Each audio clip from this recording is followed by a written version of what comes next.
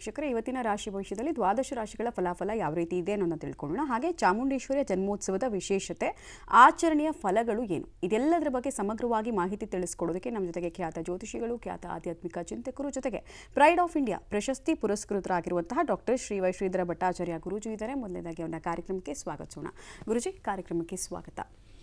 ಓಂ ನಮಸ್ತೆ ಹಸ್ತು ಭಗವನ್ ವಿಶ್ವೇಶ್ವರಾಯ ಮಹಾದೇವಾಯ ಹತ್ರಯಂಬಕಾಯ ಹತ್ರಿಪರಾಂತಕಾಯ ಹತ್ರಿಕಾಗ್ನಿಕಾಲಾಯ ಕಾಲಾಗ್ನಿರುದ್ರಾಯ ನೀಲಕಂಠಾಯ ಮೃತ್ಯುಂಜಯಾಯ ಸರ್ವೇಶ್ವರಾಯ ಸದಾಶಿವಾಯ ಶ್ರೀಮನ್ಮಹಾದೇವಾಯ ತೇ ನಮೋ ನಮಃ.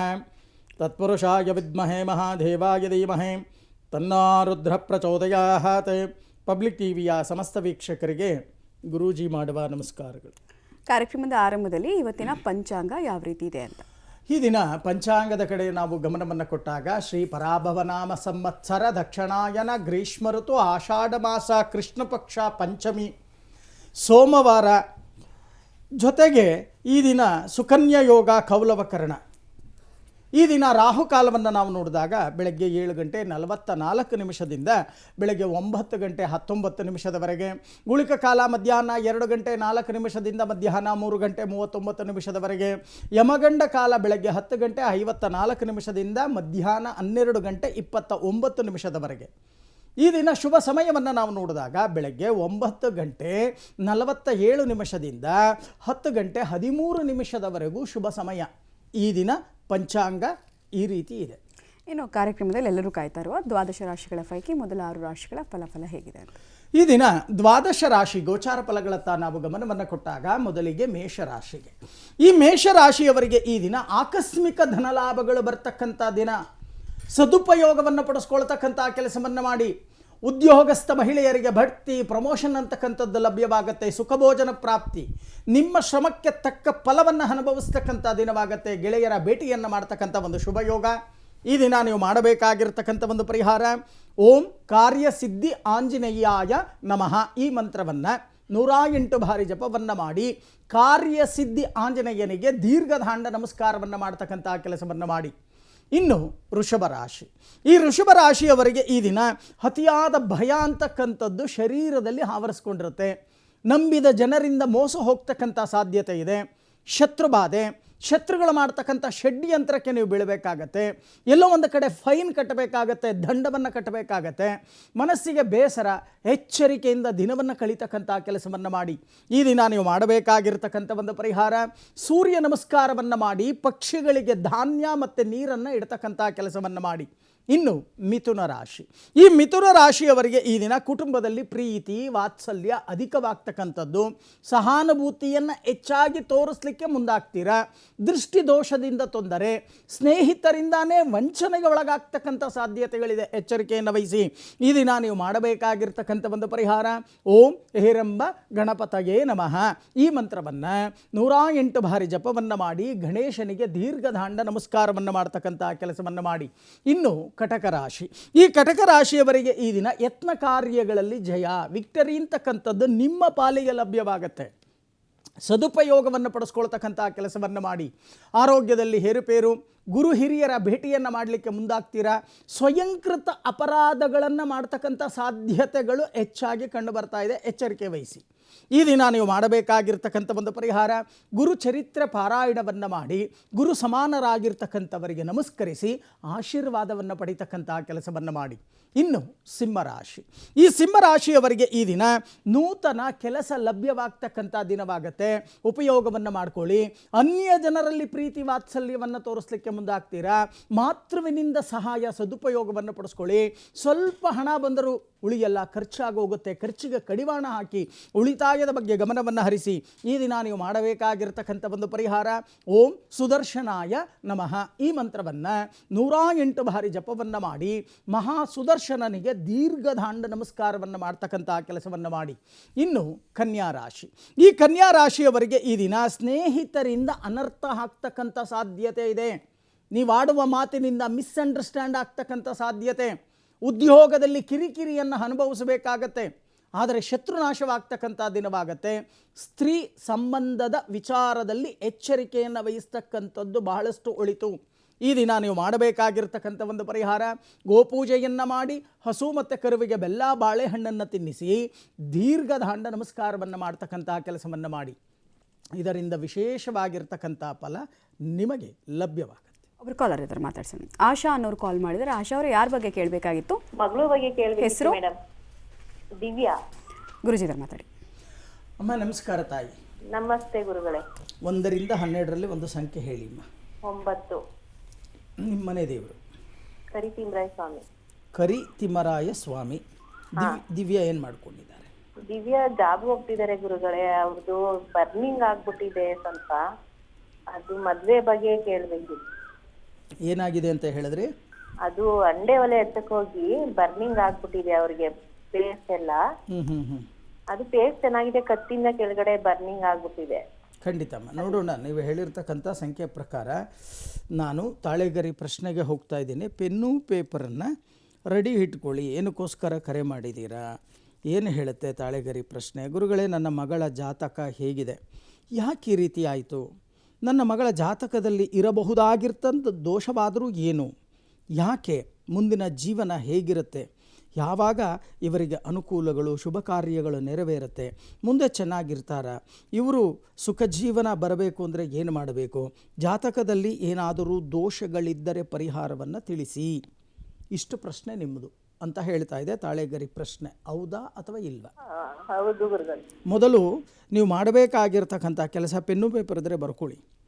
ತಾಯಿ ಗರ್ಭದಿಂದ ಭೂಸ್ಪರ್ಶವಾದಾಗ ಒಂದು ಭಾಗ ಅಪೂರ್ಣ ಕಾಲ ಸರ್ಪದೋಷ ಒಂದು ಭಾಗವಾದರೆ, ಇನ್ನೊಂದು ಭಾಗ ಹಬುಕ್ತ ಮೂಲ ದೋಷ ಅಂತಕ್ಕಂಥದ್ದು ಕಾಣ್ತಾ ಇದೆ. ಇದಕ್ಕೋಸ್ಕರನೇ ಇದು ಬೆಳೆದು ಹೆಮ್ಮರವಾಗಿ ಈ ರೀತಿ ಘಟನೆಗಳು ನಡೆದಿರ್ತಕ್ಕಂಥದ್ದು. ಮುಂದೆ ಜೀವನ ಸರಿ ಹೋಗಬೇಕು ಅಂತ ಅಂದರೆ ಗೋಮುಖ ಪ್ರಸವ ಶಾಂತಿ, ಗೋಪೂಜೆ, ಪಶು ಆಹಾರ ತ್ರಿಧಾನ, ನವಗ್ರಹ ಶಾಂತಿ, ನವಗ್ರಹ ದಾನ, ಒಂದು ದಿನ ಶ್ರದ್ಧಾಭಕ್ತಿಯಿಂದ ಆಚರಣೆಯನ್ನು ಮಾಡಿ ನಂತರ 3 ದಿನಗಳ ಕಾಲ ಸರ್ಪ ಸಂಸ್ಕಾರ ಮಹೋತ್ಸವವನ್ನು ನಿಯಮಬದ್ಧವಾಗಿ ಆಚರಣೆ ಮಾಡಿದ್ದೇ ಆದರೆ ಇವರಿಗೆ ಅನುಕೂಲಗಳು ಕಟ್ಟಿಟ್ಟ ಬುತ್ತಿ. ಗೊತ್ತಾಗಲಿಲ್ಲ ಅಂದರೆ ಕಚೇರಿಗೆ ಬಂದು ಭೇಟಿ ಮಾಡಿ. ನನ್ನ ಶ್ರೀಮದ್ ರಾಮಾನುಜ ಗೋಶಾಲೆಯಲ್ಲೇ ಈ ಕಾರ್ಯಕ್ರಮವನ್ನು ನಿಯಮಬದ್ಧವಾಗಿ ಪ್ರತ್ಯೇಕವಾಗಿ ನಡೆಸಿಕೊಡ್ತೀನಿ. ಈ ರೀತಿ ಮಾಡಿ, ಯೋಚನೆ ಮಾಡ್ತಕ್ಕಂಥದ್ದು ಬೇಡ. ಒಳ್ಳೆಯದಾಗಲಿ ತಾಯಿ. ಧನ್ಯವಾದ. ಭಾಗ್ಯ ಅನ್ನೋರು ಕಾಲ್ ಮಾಡಿದರೆ. ಭಾಗ್ಯ ಅವರು ಯಾರ ಬಗ್ಗೆ ಕೇಳಬೇಕಾಗಿತ್ತು? ಅವ್ರ ಹೆಸರು? ನನ್ನ ಬಗ್ಗೆನೇ ಕೇಳಬೇಕು. ಗುರುಜಿ ಇದ್ದಾರೆ, ಮಾತಾಡಿ. ಅಮ್ಮ ನಮಸ್ಕಾರ ತಾಯಿ. ಸರ ಗುರುಜಿ, ನಿಮ್ಮ ಪಾದ ಕಮಲಗಳಿಗೆ ಸಹಸ್ರ ಕೋಟಿ ನಮಸ್ಕಾರ. ಎಲ್ಲ ನಿಮ್ಮ ಮನೆ ದೇವರಿಗೆ ಅರ್ಪಣೆ ಅಮ್ಮ. 1 ರಿಂದ 12ರಲ್ಲಿ ಒಂದು ಸಂಖ್ಯೆ ಹೇಳಿ. 12 ಗುರುಜಿ. 12. ನಿಮ್ಮ ಮನೆ ದೇವರು ಯಾವುದು? ಕಬ್ಬಮ್ಮ ಎಂಟ್ರನ್ ಸ್ವಾಮಿ. ಎಂಟ್ರನ್ ಸ್ವಾಮಿ. ತಾವೇನು ಮಾಡ್ಕೊಂಡಿದ್ದೀರಿ? ನಾನು ಹೌಸ್ ವೈಫ್ ಗುರುಜಿ. ಎಷ್ಟು ಜನ ಮಕ್ಕಳು ತಾಯಿ? ನಮ್ಗೆ 3 ಜನ ಹೆಣ್ಮಕ್ಳು, ಒಬ್ಬ ಹುಡುಗ. ಎಲ್ಲರಿಗೂ ಮದುವೆ ಆಗಿದೆಯಾ? ಎಲ್ರಿಗೂ ಆಗಿದೆ. ಮೊಮ್ಮಕ್ಳು ಎಷ್ಟು ಜನ ಹಾಗಾದರೆ? ಮೊಮ್ಮಕ್ಳು 8 ಜನ. 8 ಜನ. ನೋಡೋಣ. ನೀವು ಹೇಳಿರ್ತಕ್ಕಂಥ ಸಂಖ್ಯೆ ಪ್ರಕಾರ ನಾನು ತಾಳೆಗರಿ ಪ್ರಶ್ನೆಗೆ ಹೋಗ್ತಾ ಇದ್ದೀನಿ. ಪೆನ್ನು ಪೇಪರ್ ರೆಡಿ ಇಟ್ಕೊಳ್ಳಿ. ಏನಕ್ಕೋಸ್ಕರ ಕರೆ ಮಾಡಿದ್ದೀರಾ? ಏನು ಹೇಳುತ್ತೆ ತಾಳೆಗರಿ ಗ್ರಂಥ? ಗುರುಗಳೇ, ನನ್ನ ಜಾತಕ ಹೇಗಿದೆ? ಬಾಲ್ಯದಿಂದನೂ ಕಷ್ಟಪಟ್ಟು ಜೀವನವನ್ನು ನಡೆಸಿದೆ, ಕುಟುಂಬ ಬೆಳೆಸಿದೆ, ಎಲ್ಲ ಮಾಡಿದೆ. ಕುಟುಂಬಕ್ಕೋಸ್ಕರ ಬಹಳಷ್ಟು ಕಷ್ಟಪಟ್ಟಿದ್ದೇನೆ. ಆದರೆ ಇತ್ತೀಚೆಗೆ ಯಾಕೋ ಗೊತ್ತಿಲ್ಲ, ಒಂದು ಕಡೆ ಆರೋಗ್ಯದ ಸಮಸ್ಯೆ, ಆದರೆ ಇನ್ನೊಂದು ಕಡೆ ನಂಬಿಕೆ ದ್ರೋಹ, ಇನ್ನೊಂದು ಕಡೆ ಶತ್ರು ಬಾಧೆಗಳು, ಇನ್ನೊಂದು ಕಡೆ ಯಾವುದೇ ಕೆಲಸ ಕಾರ್ಯಗಳಾಗಲ್ಲ. ಆಗಾಗ ಮನಕ್ಲೇಶಗಳು, ಇವೆಲ್ಲವೂ ಕೂಡ ಪ್ರಾಪ್ತಿಯಾಗ್ತಾ ಇದೆ. ಅಂದ್ಕೊಂಡಿರ್ತಕ್ಕಂಥದ್ದು ಯಾವಾಗ ನೆರವೇರುತ್ತೆ? ಇಷ್ಟು ಪ್ರಶ್ನೆಗಳನ್ನು ಇಟ್ಕೊಂಡು ಕರೆ ಮಾಡಿದ್ದೀರಾ ಅಂತ ಹೇಳ್ತಾ ಇದೆ ತಾಳೆಗರಿ ಗ್ರಂಥ. ಹೌದಾ ಅಥವಾ ಇಲ್ವಾ? ಮೊದಲು ನೀವು ಮಾಡಬೇಕಾಗಿರ್ತಕ್ಕಂಥ ಕೆಲಸ, ಪೆನ್ನು ಪೇಪರ್ ಇದ್ದರೆ ಬರ್ಕೊಳ್ಳಿ. ಇಲ್ಲಿ ಸುಖ ಸ್ಥಾನಾಧಿಪತಿ ಆಗಿರ್ತಕ್ಕಂಥವನು ಷಷ್ಠದಲ್ಲಿ ಸ್ಥಿತನಾಗಿರೋದ್ರಿಂದ, ಶುಕ್ರ 6ನೇ ಮನೆಯಲ್ಲಿ ಇರೋದರಿಂದ, ಶತ್ರುಕ್ಷೇತ್ರದಲ್ಲಿ ಇರೋದರಿಂದ, ಹಾಗಾಗಿ ನಿಮಗೆ ಈ ರೀತಿ ಸಮಸ್ಯೆಗಳು, ಈಗ ನಡೀತಕ್ಕಂಥ ಗ್ರಹದ ದಶ ಮತ್ತು ಭುಕ್ತಿ ಉಪಭುಕ್ತಿಗಳು ಸರಿಯಾಗಿ ಫಲಕಾರಿ ಆಗ್ತಾ ಇಲ್ಲ, ಗ್ರಹಚಾರ ದೋಷ ಅಂತಕ್ಕಂಥದ್ದನ್ನು ಹೇಳ್ತಾ ಇದೆ. ಇನ್ನೊಂದು ಕಡೆ ನಿಮ್ಮವರೇ ನಿಮ್ಮ ಮೇಲೆ ಕತ್ತಿಯನ್ನು ಮಸೀತಾ ಇದ್ದಾರೆ ಅನ್ನೋದು ಕೂಡ ಸ್ಪಷ್ಟವಾಗಿ ಹೇಳ್ತಾ ಇದೆ ತಾಳೆಗರಿ ಗ್ರಂಥ. ಹೌದಾ? ಹೌದು ಗುರುಜಿ. ಮೊದಲು ಬರ್ಕೊಳ್ಳಿ. ನವಗ್ರಹ ಜಪ, ನವಗ್ರಹ ಹೋಮ, ನವಗ್ರಹ ದಾನ, ಜೊತೆಗೆ ಪ್ರತ್ಯಂಗಿರಾ ಜಪ, ಪ್ರತ್ಯಂಗಿರಾ ಹೋಮ, ನಾರಸಿಂಹ ಸುದರ್ಶನ ಜಪ, ನಾರಸಿಂಹ ಸುದರ್ಶನ ಹೋಮ, ಇಷ್ಟನ್ನು ನಿಯಮಬದ್ಧವಾಗಿ ಶ್ರದ್ಧಾಭಕ್ತಿ ಏಕಾಗ್ರತೆಯಿಂದ ಆಚರಣೆಯನ್ನು ಮಾಡಬೇಕು. ಗೊತ್ತಾಗಲಿಲ್ಲ ಅಂದರೆ ನೇರವಾಗಿ ಬಂದು ಕಚೇರಿಯಲ್ಲಿ ಭೇಟಿ ಮಾಡಿ, ನಾನೇ ಖುದ್ದಾಗಿ ನಡೆಸಿಕೊಡ್ತೀನಿ. ಈ ರೀತಿ ಮಾಡಿ, ಯೋಚನೆ ಮಾಡ್ತಕ್ಕಂಥದ್ದು ಬೇಡ. ಒಳ್ಳೆಯದಾಗಲಿ ತಾಯಿ. ತುಲಾರಾಶಿ. ಈ ತುಲಾ ರಾಶಿಯವರಿಗೆ ಈ ದಿನ ಅಮೂಲ್ಯವಾದ ವಸ್ತುವನ್ನು ಕಳ್ಕೊಂಡ್ಬಿಡ್ತೀರಾ. ಎಚ್ಚರಿಕೆ ವಹಿಸ್ತಕ್ಕಂಥ ಕೆಲಸವನ್ನು ಮಾಡಿ. ವಾಹನ ಕೊಂಡುಕೊಳ್ತಕ್ಕಂಥ ಒಂದು ಶುಭ ಯೋಗ, ಮನಃಶಾಂತಿ, ಪ್ರತಿಭೆಗೆ ತಕ್ಕ ಫಲವನ್ನು ಅನುಭವಿಸ್ತಕ್ಕಂಥ ದಿನವಾಗತ್ತೆ. ವೃತ್ತಿ ರಂಗದಲ್ಲಿ ಸ್ವಲ್ಪ ಕಿರಿಕಿರಿ ಆಗ್ತಕ್ಕಂಥ ಸಾಧ್ಯತೆಗಳಿದೆ. ಎಚ್ಚರಿಕೆಯಿಂದ ದಿನವನ್ನು ಕಳೀತಕ್ಕಂಥ ಕೆಲಸವನ್ನು ಮಾಡಿ. ಈ ದಿನ ನೀವು ಮಾಡಬೇಕಾಗಿರ್ತಕ್ಕಂಥ ಒಂದು ಪರಿಹಾರ, ಬಡ ಮಕ್ಕಳಿಗೆ, ಅನ್ನಾಕಾಂಕ್ಷಿಗಳಾಗಿರ್ತಕ್ಕಂಥ ಬಡ ಮಕ್ಕಳಿಗೆ ಅನ್ನದಾನವನ್ನು ಮಾಡ್ತಕ್ಕಂಥ ಕೆಲಸವನ್ನು ಮಾಡಿ. ಇನ್ನು ವೃಶ್ಚಿಕ ರಾಶಿ, ಈ ವೃಶ್ಚಿಕ ರಾಶಿಯವರಿಗೆ ಈ ದಿನ ಮಿತ್ರರ ಭೇಟಿಯನ್ನು ಮಾಡಲಿಕ್ಕೆ ಮುಂದಾಗ್ತೀರಾ. ವಿದ್ಯಾರ್ಥಿಗಳಲ್ಲಿ ಮುನ್ನಡೆ, ಕಾರ್ಯ ವಿಘಾತಗಳಾಗ್ತಕ್ಕಂಥ ದಿನವಾಗುತ್ತೆ. ನಾನಾ ವಿಚಾರಗಳಲ್ಲಿ ಆಸಕ್ತಿ, ದುಷ್ಟ ಜನರಿಂದ ದೂರ ಇರತಕ್ಕಂಥ ಕೆಲಸವನ್ನು ಮಾಡಿ. ದುಷ್ಟರು ಅಂತ ಗೊತ್ತು, ಅವರ ಸಹವಾಸವನ್ನು ಮುಂದುವರಿಸೋಕೆ ಮುಂದಾಗ್ತೀರಾ. ಈ ದಿನ ನೀವು ಮಾಡಬೇಕಾಗಿರ್ತಕ್ಕಂಥ ಒಂದು ಪರಿಹಾರ, ಓಂ ಸುಬ್ರಹ್ಮಣ್ಯಾಯ ನಮಃ ಈ ಮಂತ್ರವನ್ನು 108 ಬಾರಿ ಜಪವನ್ನು ಮಾಡಿ ಸುಬ್ರಹ್ಮಣ್ಯನಿಗೆ ದೀರ್ಘದಾಂಡ ನಮಸ್ಕಾರವನ್ನು ಮಾಡತಕ್ಕಂಥ ಕೆಲಸವನ್ನು ಮಾಡಿ. ಇನ್ನು ಧನುಸು ರಾಶಿ, ಈ ಧನುಸು ರಾಶಿಯವರಿಗೆ ಈ ದಿನ ಪ್ರಯತ್ನದಿಂದ ಕಾರ್ಯಸಿದ್ಧಿ ಆಗ್ತಕ್ಕಂಥ ದಿನವಾಗುತ್ತೆ. ಆಲಸ್ಯವನ್ನು ಬಿಟ್ಟರೆ ಕಾರ್ಯಸಿದ್ಧಿ. ಶೇರ್ ವ್ಯವಹಾರಗಳಲ್ಲಿ ನಷ್ಟಗಳನ್ನು ಅನುಭವಿಸಬೇಕಾಗತ್ತೆ. ಎಚ್ಚರಿಕೆ ವಹಿಸಿ. ಶೀತ ಸಂಬಂಧವಾದ ರೋಗಗಳು ಶರೀರಕ್ಕೆ ಆವಾಹನೆಯಾಗ್ತಕ್ಕಂಥ ದಿನ. ಅತಿಯಾದ ನಿದ್ರೆ ಆವರಿಸ್ಕೊಂಡಿರುತ್ತೆ. ಈ ದಿನ ನೀವು ಮಾಡಬೇಕಾಗಿರ್ತಕ್ಕಂಥ ಒಂದು ಪರಿಹಾರ, ಓಂ ದುರ್ಗಾಯೇ ನಮಃ ಈ ಮಂತ್ರವನ್ನು 108 ಬಾರಿ ಜಪವನ್ನು ಮಾಡಿ ದುರ್ಗಾದೇವಿಗೆ ದೀರ್ಘದಾಂಡ ನಮಸ್ಕಾರವನ್ನು ಮಾಡ್ತಕ್ಕಂಥ ಕೆಲಸವನ್ನು ಮಾಡಿ. ಇನ್ನು ಮಕರ ರಾಶಿ, ಈ ಮಕರ ರಾಶಿಯವರಿಗೆ ಈ ದಿನ ಯತ್ನ ಕಾರ್ಯಗಳಲ್ಲಿ ಭಾಗಿಯಾಗ್ತಕ್ಕಂಥ ದಿನ. ಸಾಲದ ಬಾಧೆಗೆ ಸಿಕ್ಕಾಕೊಳ್ತಕ್ಕಂಥ ಸಾಧ್ಯತೆ ಇದೆ. ಅನ್ಯರಲ್ಲಿ ಪ್ರೀತಿ ವಾತ್ಸಲ್ಯವನ್ನು ತೋರಿಸಲಿಕ್ಕೆ ಮುಂದಾಗ್ತೀರಾ. ದುಡುಕು ಸ್ವಭಾವದಿಂದ ನಾನಾ ರೀತಿಯ ಸಮಸ್ಯೆಗಳು, ಮಾನಸಿಕ ವೇದನೆಗಳು, ಅಪಮಾನಗಳಾಗ್ತಕ್ಕಂಥ ಸಾಧ್ಯತೆಗಳಿದೆ. ಎಚ್ಚರಿಕೆಯಿಂದ ದಿನವನ್ನು ಕಳೀತಕ್ಕಂಥ ಕೆಲಸವನ್ನು ಮಾಡಿ. ಈ ದಿನ ನೀವು ಮಾಡಬೇಕಾಗಿರ್ತಕ್ಕಂಥ ಒಂದು ಪರಿಹಾರ, ಹನುಮಾನ್ ಚಾಲೀಸ ಪಾರಾಯಣವನ್ನು ಮಾಡಿ ಆಂಜನೇಯನಿಗೆ ದೀರ್ಘದಾಂಡ ನಮಸ್ಕಾರವನ್ನು ಮಾಡ್ತಕ್ಕಂಥ ಕೆಲಸವನ್ನು ಮಾಡಿ. ಇನ್ನು ಕುಂಭರಾಶಿ, ಈ ಕುಂಭರಾಶಿಯವರಿಗೆ ಈ ದಿನ ಷಡ್ಯಂತ್ರಕ್ಕೆ ಬೀಳತಕ್ಕಂಥ ದಿನವಾಗತ್ತೆ. ಎಚ್ಚರಿಕೆ ತಪ್ಪಬೇಡಿ. ಪಿತ್ರಾರ್ಜಿತವಾಗಿ ಬರಬೇಕಾಗಿರ್ತಕ್ಕಂಥ ಆಸ್ತಿ ಲಭ್ಯವಾಗ್ತಕ್ಕಂಥ ದಿನವಾಗತ್ತೆ. ಉಪಯೋಗವನ್ನು ಮಾಡಿಕೊಳ್ಳಿ. ಪರಸ್ಥಳ ವಾಸವನ್ನು ಮಾಡಬೇಕಾಗತ್ತೆ. ಕೃಷಿಕರಿಗೆ ಬಹಳಷ್ಟು ಲಾಭ. ವಿವಾಹಕ್ಕೆ ಅಡೆತಡೆಗಳು, ವಿಘ್ನಗಳನ್ನು ಅನುಭವಿಸಬೇಕಾಗತ್ತೆ. ಎಚ್ಚರಿಕೆಯಿಂದ ದಿನವನ್ನು ಕಳೀತಕ್ಕಂಥ ಕೆಲಸವನ್ನು ಮಾಡಿ. ಈ ದಿನ ನೀವು ಮಾಡಬೇಕಾಗಿರ್ತಕ್ಕಂಥ ಒಂದು ಪರಿಹಾರ, ನವಗ್ರಹ ಪ್ರದಕ್ಷಿಣೆಯನ್ನು ಮಾಡಿ ನಮಸ್ಕಾರವನ್ನು ಮಾಡ್ತಕ್ಕಂಥ ಕೆಲಸವನ್ನು ಮಾಡಿ. ಇನ್ನು ಮೀನರಾಶಿ, ಈ ಮೀನರಾಶಿಯವರಿಗೆ ಈ ದಿನ ಇಷ್ಟ ವಸ್ತುಗಳ ಖರೀದಿಯನ್ನು ಮಾಡಲಿಕ್ಕೆ ಮುಂದಾಗ್ತೀರಾ. ಸಗಟು ವ್ಯಾಪಾರಗಳು ಯಾರ್ಯಾರಿದ್ದೀರೋ, ಹೋಲ್ಸೇಲ್ ಬಿಸ್ನೆಸ್ಸನ್ನು ಮಾಡ್ತಾ ಇದ್ದೀರೋ ಅವರಿಗೆ ಬಹಳಷ್ಟು ಲಾಭಗಳು ಬರುತ್ತೆ. ಉಪಯೋಗವನ್ನು ಮಾಡಿಕೊಳ್ಳಿ. ಉನ್ನತ ಸ್ಥಾನಮಾನ ಲಭ್ಯವಾಗುತ್ತೆ. ಸ್ಥಗಿತ ಕಾರ್ಯಗಳಲ್ಲಿ, ನಿಂತು ಹೋಗಿರ್ತಕ್ಕಂಥ ಕಾರ್ಯಗಳಲ್ಲಿ ಆಸಕ್ತಿಯನ್ನು ಹೆಚ್ಚಾಗಿ ತೋರಿಸ್ತೀರ. ಈ ದಿನ ನೀವು ಮಾಡಬೇಕಾಗಿರ್ತಕ್ಕಂಥ ಒಂದು ಪರಿಹಾರ, ಸುಂದರಕಾಂಡ ಪಾರಾಯಣವನ್ನು ಮಾಡಿ ಹನುಮಂತನಿಗೆ ವಿಳ್ಳೆದೆಲೆ ಹಾರವನ್ನು ಅರ್ಪಣೆಯನ್ನು ಮಾಡಿ ದೀರ್ಘದಾಂಡ ನಮಸ್ಕಾರವನ್ನು ಮಾಡ್ತಕ್ಕಂಥ ಕೆಲಸವನ್ನು ಮಾಡಿ.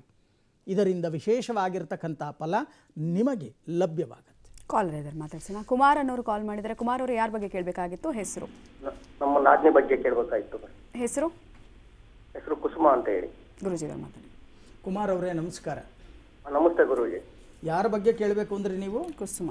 ನಮ್ಮ ನಾದಿನಿ ಬಗ್ಗೆ ಕೇಳಬೇಕಾಗಿತ್ತು. ಅದು ಲಗ್ನ ಒಳ್ಳೆ ಕಡೆ ಆಗುತ್ತಾ ಅಥವಾ ಏನಾದರೂ ದೋಷ ಖಂಡಿತ ನೋಡೋಣ. ನೀವೇನು ಹೇಳಬಾರ್ದು. ನಿಜವಾದ ಜ್ಯೋತಿಷ್ಯ ಇಲ್ಲೇ ಉಟ್ಕೊಳ್ಳುತ್ತೆ. 1 ರಿಂದ 12ರಲ್ಲಿ ಒಂದು ಸಂಖ್ಯೆ ಹೇಳಿ. 9. ಸರಿ, ಅವರ ಮನೆ ದೇವರು? ಅವ್ರದ್ದು ಮನೆ ದೇವರು ತಿಮ್ಮಪ್ಪ. ಏನು ಮಾಡ್ಕೊಂಡಿದ್ದಾರೆ ಅವರು? ಕುಸುಮ ಅವ್ರ ಮನೆಯಲ್ಲಿ ಎಜುಕೇಶನ್ ಮಾಡ್ತಾ ಇದ್ರು, ಈಗ ಮನೆ ಕಡೆನೇ ಇದ್ದಾರೆ. ಖಂಡಿತ ನೋಡೋಣ. ನೀವು ಹೇಳಿರ್ತಕ್ಕಂಥ ಸಂಖ್ಯೆ ಪ್ರಕಾರ ನಾನು ರಾಶಿ ಪ್ರಶ್ನೆಗೆ ಹೋಗ್ತಾ ಇದ್ದೀನಿ. 1 2 3 4 5 6 7 8 9. 1 2 3 4 5 6 7. ಗುರುಗಳೇ, ಯಾಕೆ ವಿವಾಹ ಅಂತಕ್ಕಂಥದ್ದು ತಡೆಯಾಗ್ತಾ ಇದೆ? ಇವರ ಜಾತಕ ಏನು ಹೇಳುತ್ತೆ? ಎಲ್ಲ ದೇವರ ಪ್ರಾರ್ಥನೆ ಮಾಡೋದು ಒಳ್ಳೆ ಕಡೆ ಆಗತ್ತಾ ಅಥವಾ ಇಲ್ವಾ? ಇವರು ಅಂದ್ಕೊಂಡಿದ್ದ ಕಡೆ ಆಗತ್ತಾ ಅಥವಾ ಕುಟುಂಬದ ಒಪ್ಪಂದದಲ್ಲಿ ಆಗತ್ತಾ? ಯಾವಾಗ ಇವರಿಗೆ ಮಾಂಗಲ್ಯ ಭಾಗ್ಯ ಅಂತಕ್ಕಂಥದ್ದು ಪ್ರಾಪ್ತಿಯಾಗತ್ತೆ? ನಾವು ಕಂಡ ದೇವರನ್ನೆಲ್ಲ ಪ್ರಾರ್ಥನೆ ಮಾಡಿ ಆಯಿತು, ಆದರೂ ಯಾವುದೂ ಪ್ರಯೋಜನ ಆಗ್ತಾ ಇಲ್ಲ. ಇವರ ಮುಂದಿನ ಜೀವನ ಹೇಗಿರುತ್ತೆ? ಯಾವ ಮಾಸದಲ್ಲಿ ಇವರಿಗೆ ವಿವಾಹ ಪ್ರಾಪ್ತಿ ಆಗತ್ತೆ? ಇಷ್ಟು ಪ್ರಶ್ನೆ ನಿಮ್ಮದು, ಹೌದಾ? ಹೌದು ಹೌದು ಗುರುಗಳೇ, 100ಕ್ಕೆ 100 ಸತ್ಯ. ಮೊದಲು ನೀವು ಮಾಡಬೇಕಾಗಿರ್ತಕ್ಕಂಥ ಕೆಲಸ, ಇಲ್ಲಿ ರಾಶಿ ಪ್ರಶ್ನೆ ಹೇಳ್ತಾ ಇದೆಯಪ್ಪ, ಪರಿಹಾರಗಳನ್ನು ಮಾಡಿದ್ದೀರಾ ಅಂತ ಹೇಳ್ತಾ ಇದೆ. ಏನೇನು ಮಾಡಿದ್ರಿ? ಕೇಳಿಸ್ತಾ ಇದೆಯಾ? ದೇವ್ರಿಗೆ ಹೋಗಿದ್ದೀವಿ, ಕೇಳಿದ್ವಿ, ಅಪ್ಲೈ ಕೇಳಿದ್ವಿ, ಯಾವುದು ಕರೆಕ್ಟಾಗಿ ಮೂಲೆ ಸಿಗ್ತಾ ಇಲ್ಲ ಗುರುಗಳೇ. ಏನು ಹೇಳ್ತು ದೇವರು? ಅದೇ ಒಳ್ಳೆ ಕಡೆ ಆಗುತ್ತೆ ಅಂತ ಹೇಳ್ತಾ ಇದೆ ಗುರುಗಳೇ. ಪೆನ್ನು ಪೇಪರ್ ಇದ್ರೆ ಬರ್ಕೊಳ್ಳಿ. ಇಲ್ಲಿ ರಾಶಿ ಪ್ರಶ್ನೆ ಹೇಳ್ತಾ ಇದೆ, ಕುಜ ಶುಕ್ರರು ಏಕರಾಶಿಯಲ್ಲಿ ಸ್ಥಿತರಾಗಿರೋದ್ರಿಂದ ಒಳ್ಳೆ ಕಡೆ ಸಂಬಂಧಗಳು ಬರ್ತಾ ಇಲ್ಲ. ಯಾವುದೋ ಬೇಡದೇ ಇರ್ತಕ್ಕಂಥದ್ದು ಬರುತ್ತೆ, ಹೇಳ್ತೀವಿ ಅಂತಾರೆ, ಸರಿಯಾಗಿ ಯಾವುದೂ ಕೂಡ ಸ್ಪಂದನೆ ಆಗ್ತಾ ಇಲ್ಲ. ಇದಕ್ಕೆ ಕುಜ ಶಾಂತಿ ಹೋಮ, ಶುಕ್ರ ಶಾಂತಿ ಹೋಮ, ಜೊತೆಗೆ ಅಡಕ ಧಾನ್ಯ, ತುಲಾಭಾರ ದಾನ, ತಾಮ್ರಲೋಹ ದಾನ, ರಕ್ತ ವಸ್ತ್ರದಾನ ಇಷ್ಟನ್ನು ಮಾಡಿ ಅದರಲ್ಲಿ ಬರ್ತಕ್ಕಂಥ ರಕ್ಷೆಯನ್ನು ಪ್ರತಿನಿತ್ಯ ಹಣೆಯಲ್ಲಿ ಧರಿಸ್ಕೊಳ್ತಕ್ಕಂಥ ಕೆಲಸ. ಇಷ್ಟನ್ನು ನಿಯಮಬದ್ಧವಾಗಿ ನೀವು ಮಾಡಿದ್ದೆ ಆದರೆ 3 ತಿಂಗಳಲ್ಲಿ ಒಳ್ಳೆಯ ಕಡೆ ನಿಶ್ಚಿತಾರ್ಥವಾಗತ್ತೆ. ಗೊತ್ತಾಗಲಿಲ್ಲ ಅಂದರೆ ನೇರವಾಗಿ ಬಂದು ಭೇಟಿ ಮಾಡಿ, ನಾನೇ ಖುದ್ದಾಗಿ ನಡೆಸಿಕೊಡ್ತೀನಿ. ಈ ರೀತಿ ಮಾಡಿ, ಯೋಚನೆ ಮಾಡ್ತಕ್ಕಂಥದ್ದು ಬೇಡ. ಒಳ್ಳೆಯದಾಗಲಿಪ್ಪ. ಗುರುಜಿ, ಈಗ ಚಾಮುಂಡೇಶ್ವರಿ ಜನ್ಮೋತ್ಸವದ ವಿಶೇಷತೆ, ಆಚರಣೆಯ ಬಗೆ ಏನು, ಹಾಗೆ ಪ್ರತಿಯೊಂದು ಆಚರಣೆ ಮಾಡಿದರೆ ಫಲ ಏನು ಸಿಗುತ್ತೆ ಅನ್ನೋದು ನೆಕ್ಸ್ಟ್ ಪ್ರಶ್ನೆ. ಮುಖ್ಯವಾಗಿ ಚಾಮುಂಡೇಶ್ವರಿಯ ಜನ್ಮೋತ್ಸವ, ನಾವು ನಮ್ಮ ಮನೆಯಲ್ಲಿ ನಾವೇನು ಮಾಡ್ತೀವಿ, ಯಾವುದಾದ್ರೂ ಮಕ್ಕಳಿಗೆ ಹುಟ್ಟದಬ್ಬ ಬಂತು ಅಂತಂದರೆ ಸಾಕು, ಕೇಕ್ ತರೋದು, ಕಟ್ ಮಾಡಿಸೋದು, ಅದನ್ನು ತಿನ್ನಿಸೋದು, ಎಲ್ಲರಿಗೂ ಕೂಡ ಹಂಚೋದು, ಬರ್ತ್ಡೇ ಪಾರ್ಟಿ ಮಾಡಲಿಕ್ಕೆ ಭಾಳಷ್ಟು ಜನ ಮುಂದಾಗ್ತೀರ. ಆದರೆ ನಮ್ಮ ಕರ್ನಾಟಕ ರಾಜ್ಯವನ್ನು ಕಾಯ್ತಾ ಇರ್ತಕ್ಕಂಥವಳು ಯಾರು? ಚೆನ್ನಾಗಿ ಅರ್ಥ ಮಾಡ್ಕೊಳ್ಳಿ. ಚಾಮುಂಡೇಶ್ವರಿ ಮೈಸೂರಿನಲ್ಲಿ ಮಹಿಷಾಸುರನ ಬೆಟ್ಟದ ಮೇಲೆ ನಿಂತಿರ್ತಕ್ಕಂಥವಳು. ಇವತ್ತೂ ಕೂಡ ಆ ಚಾಮುಂಡೇಶ್ವರಿಯ ಜನ್ಮೋತ್ಸವವನ್ನು ಎಷ್ಟು ಜನ ಆಚರಣೆಯನ್ನು ಮಾಡ್ತಾ ಇದ್ದೀರಾ? ಎದೆ ತಟ್ಟುಕೊಂಡು ಹೇಳಿ.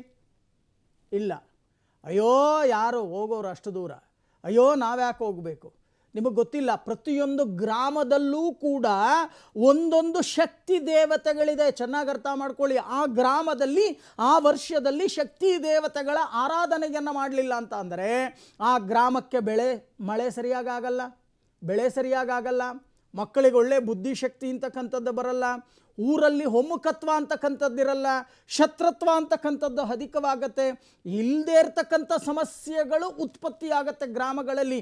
ಇವತ್ತು ಕೂಡ ಗ್ರಾಮಗಳಲ್ಲಿ ಗುಡಿಗೌಡರಾಗಲಿ ಚೇರ್ಮನ್ರಾಗಲಿ ನಿಂತು ಆ ದೇವಸ್ಥಾನಕ್ಕೆ ವರ್ಷಕ್ಕೊಮ್ಮೆ ನಡೆಸಬಹುದಾಗಿರ್ತಕ್ಕಂಥ ಆಚರಣೆಗಳನ್ನು ಇವತ್ತು ಕೂಡ ನಡೆಸ್ತಾ ಇದ್ದಾರೆ. ಇದಕ್ಕೆ ಉದಾಹರಣೆಗೆ ಎಷ್ಟೋ ಗ್ರಾಮಗಳಲ್ಲಿ ಹಬ್ಬ ಹರಿದಿನಗಳನ್ನು, ದೊಡ್ಡಮ್ಮನ ಹಬ್ಬ ಇರಬಹುದು, ಚಿಕ್ಕಮ್ಮನ ಹಬ್ಬ ಇರಬಹುದು, ಅಥವಾ ಮಾರಿ ಹಬ್ಬ ಇರಬಹುದು, ಗ್ರಾಮ ದೇವತೆಗಳ ಹಬ್ಬಗಳನ್ನು ಆಚರಣೆಯನ್ನು ಮಾಡ್ತಾರೆ. ಯಾಕೆ? ಆ ಶಕ್ತಿ ದೇವತೆಯ ಅನುಗ್ರಹಕ್ಕೋಸ್ಕರ. ಪೂರ್ವದಿಂದನೂ ಮಾಡ್ಕೊಂಡು ಬಂದಿದ್ದಾರೆ. ಚೆನ್ನಾಗಿ ಅರ್ಥ ಮಾಡ್ಕೊಳ್ಳಿ. ಇವತ್ತು ನಾಳೆ ನಮಗೆ ಮೈಸೂರಲ್ಲಿ ಇರ್ತಕ್ಕಂಥ ಚಾಮುಂಡೇಶ್ವರಿಯ ಜನ್ಮೋತ್ಸವ. ಮೈಸೂರಿನಲ್ಲಿ ಇರ್ತಕ್ಕಂಥವ್ರು ಎಷ್ಟು ಜನ ಮೈಸೂರನ್ನು ನೋಡಿದ್ದೀರಾ? ಚಾಮುಂಡಿ ದರ್ಶನವನ್ನು ಮಾಡಿದ್ದೀರಾ? ನಾಳೆ ಹೋಗಿ ಜನ್ಮೋತ್ಸವದಲ್ಲಿ ಭಾಗಿಯಾಗಿ, ಆ ಜನ್ಮೋತ್ಸವದಲ್ಲಿ ಅಮ್ಮ ನಿನ್ನ ಜನ್ಮೋತ್ಸವದ ಆಚರಣೆಗೆ ನಾನು ಬಂದಿದ್ದೇನೆ, ನನ್ನ ಕೈಯಲ್ಲಾಗಿರ್ತಕ್ಕಂಥ ಸೇವೆಯನ್ನು ನಾನು ಮಾಡ್ತಾ ಇದ್ದೇನೆ, ನನ್ನ ಕುಟುಂಬವನ್ನು ಅನುಗ್ರಹಿಸು, ನನ್ನ ಕುಟುಂಬವನ್ನು ಕಾಪಾಡು, ನನ್ನ ಪ್ರಾಂತ್ಯವನ್ನು ಕಾಪಾಡು, ನಮ್ಮ ಕರ್ನಾಟಕ ರಾಜ್ಯಕ್ಕೆ ಮಳೆ ಬೆಳೆ ನೆಮ್ಮದಿ ಅನುಕೂಲಗಳನ್ನು ಕೊಡು, ರೋಗ ಮುಕ್ತರಾಗಿ ಮಾಡು ಅಂತ ಹೇಳಿ ಭಕ್ತಿಯಿಂದ ಪ್ರಾರ್ಥನೆಯನ್ನು ಮಾಡ್ತಕ್ಕಂಥ ಕೆಲಸವನ್ನು ಮಾಡಿ. ಅದಕ್ಕೋಸ್ಕರನೇ ನಮಗೆ ರೋಗ ರುಜಿನಗಳು ಬರಬಾರದು, ಮಳೆ ಬೆಳೆ ಸರಿಯಾಗಿ ಆಗಬೇಕು, ಕುಟುಂಬದಲ್ಲಿ ಅನ್ಯೂನ್ಯತೆ, ದಾಂಪತ್ಯದಲ್ಲಿ ಅನ್ಯೂನ್ಯತೆ, ಪೀಳಿಗೆಗೆ ಒಳ್ಳೆಯ ಸುಜ್ಞಾನ ಅಭಿವೃದ್ಧಿ, ಜೊತೆಗೆ ಗೋತ್ರಾಭಿವೃದ್ಧಿ, ವಂಶಾಭಿವೃದ್ಧಿ ಇವೆಲ್ಲವೂ ಕೂಡ ಆಗಬೇಕು ಅಂದರೆ ಶಕ್ತಿ ದೇವತೆಯ ಅನುಗ್ರಹ ಅಂತಕ್ಕಂಥದ್ದು ಬೇಕು. ಚೆನ್ನಾಗಿ ಅರ್ಥ ಮಾಡ್ಕೊಳ್ಳಿ. ಅಂಥ ಒಂದು ಶಕ್ತಿ ದೇವತೆ, ನಮ್ಮ ನಾಡ ದೇವತೆ ಯಾರು? ಚಾಮುಂಡೇಶ್ವರಿ. ಅದು ಮೈಸೂರಿಗೆ ಹೋಗಬೇಕು ಅಂತಕ್ಕಂಥದ್ದೇನಿಲ್ಲ. ನಿಮ್ಮ ಹತ್ತಿರದಲ್ಲಿ ಇರ್ತಕ್ಕಂಥ ಚಾಮುಂಡೇಶ್ವರಿ ದೇವಾಲಯ ಎಲ್ಲೆಲ್ಲಿದೆ ಅಲ್ಲಿ ಜನ್ಮೋತ್ಸವವನ್ನು ವಿಜೃಂಭಣೆಯಿಂದ ಆಚರಣೆಯನ್ನು ಮಾಡಿ ಭಕ್ತಿಯಿಂದ ಪ್ರಾರ್ಥನೆ ಮಾಡ್ತಕ್ಕಂಥ ಕೆಲಸವನ್ನು ಮಾಡಿ. ಬಹಳಷ್ಟು ಜನ ಕೇಳ್ತಾರೆ, ಗುರುಗಳೇ ಹಾಗಾದರೆ ನಾವು ಏನು ಮಾಡಬೇಕು, ಯಾವ ರೀತಿಯ ಆಚರಣೆ ಮಾಡಬೇಕು, ಇದರಿಂದ ಫಲ ಏನು ಬರುತ್ತೆ? ಫಲ ಏನು ಬರುತ್ತೆ ಅನ್ನೋದು ಈಗಾಗಲೇ ನಿಮ್ಗೆ ಅರ್ಥ ಆಗಿದೆ ನಾನು ಹೇಳಿರ್ತಕ್ಕಂಥ ವಿಚಾರಗಳಲ್ಲಿ. ಆಚರಣೆ ಏನು ಮಾಡಬೇಕು? ಕೆಲವರು ಏನು ಮಾಡ್ತಾರೆ, ಮಕ್ಕಳಿಗೆ, ಮೊಮ್ಮಕ್ಕಳಿಗೆ, ಮರಿಮಕ್ಕಳಿಗೆ, ಮೊಮ್ಮಕ್ಕಳಿಗೆ ಬರೀ ದುಡ್ದು ಗುಡ್ಡೆ ಹಾಕೋದು. ಜೊತೆಗೆ ಇವರು ಅನ್ನ ತಿನ್ನೋ ಯೋಗ್ಯತೆ ಕಳ್ಕೊಂಡ್ಬಿಟ್ಟಿರ್ತಾರೆ. ಎಲ್ಲಾದರೂ ಒಳ್ಳೆ ರೈಸ್ ಐಟಮ್ ಮಾಡಿತ್ತು ಅಂತಂದರೆ, ಅಯ್ಯೋ ರೈಸ್ ಹೆಚ್ಚಿಗೆ ತಿನ್ನುವಂಗಿಲ್ಲ, ರಾತ್ರಿ 2 ಚಪಾತಿ ತಿನ್ನಬೇಕು ನಾನು, ಶುಗರ್ ಬಂದ್ಬಿಟ್ಟಿದೆ ಅನ್ಕೋತೀರ. ಯಾರಿಗೋಸ್ಕರ ದುಡಿತಾ ಇದ್ದೀರಾ? ಮಕ್ಕಳಿಗೆ ಆಸ್ತಿಯನ್ನು ಮಾಡ್ತಕ್ಕಂಥದ್ದನ್ನು ಮೊದಲು ಬಿಡಿ. ಇಂಥ ದೇವಾಲಯಗಳಲ್ಲಿ ನಮ್ಮನ್ನು ಕಾಪಾಡ್ತಕ್ಕಂಥ ಜಗನ್ಮಾತೆಯಾಗಿರ್ತಕ್ಕಂಥ ಚಾಮುಂಡೇಶ್ವರಿಯ ಜನ್ಮೋತ್ಸವದಲ್ಲಿ ಯಥಾನುಶಕ್ತಿ ಸೇವೆಯನ್ನು ಮಾಡಿ ಭಕ್ತಿಯಿಂದ ಪ್ರಾರ್ಥನೆ ಮಾಡಿ, ಮಕ್ಕಳಿಗೆ ಒಳ್ಳೆಯ ಜ್ಞಾನವನ್ನು ಕೊಡು ಅಂತ ಹೇಳಿ ಪ್ರಾರ್ಥನೆ ಮಾಡಿ. ನಿಮಗೆಲ್ಲರಿಗೂ ಕೂಡ ಆ ಚಾಮುಂಡೇಶ್ವರಿಯ ಅನುಗ್ರಹ ಪ್ರಾಪ್ತಿಯಾಗಲಿ, ಸುಖ ಜೀವನ ಪ್ರಾಪ್ತಿಯಾಗಲಿ ಅಂತ ಹೇಳಿ ನಾನು ಕೂಡ ಆ ಜಗನ್ಮಾತೆಯಾಗಿರ್ತಕ್ಕಂಥ ಚಾಮುಂಡೇಶ್ವರಿಯನ್ನು ಪ್ರಾರ್ಥನೆಯನ್ನು ಮಾಡ್ತೀನಿ. ಓಕೆ ಗುರುಜಿ, ಇಷ್ಟೊತ್ತು ಕಾರ್ಯಕ್ರಮಕ್ಕೆ ಬಂದು ಸಾಕಷ್ಟು ವಿಚಾರ ತಿಳಿಸ್ಕೊಡ್ರಿ, ಧನ್ಯವಾದಗಳು ತಮಗೆ. ಸರ್ವೇ ಜನ ಸುಖಿನೋ ಭವಂತು, ಸಮಸ್ತ ಸನ್ಮಂಗಳಾನಿ ಭವಂತು.